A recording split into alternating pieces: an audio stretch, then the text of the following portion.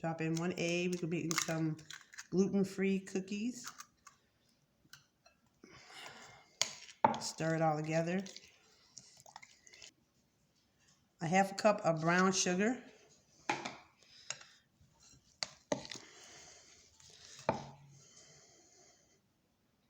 Now we're going to drop in our chocolates. Half cup of chocolates. So then we're going to drop in some of our oats. Then we're going to drop in some vanilla. That should be good there.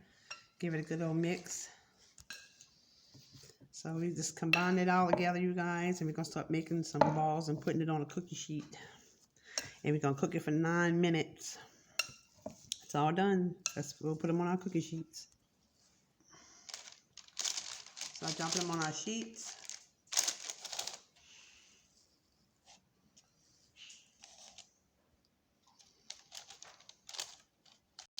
Our cookies are on our cookie sheet. We're going to put them in the oven on 350 for 9 minutes.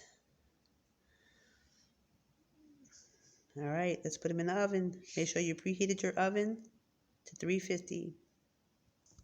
There you have it, you guys. Yummy cookies.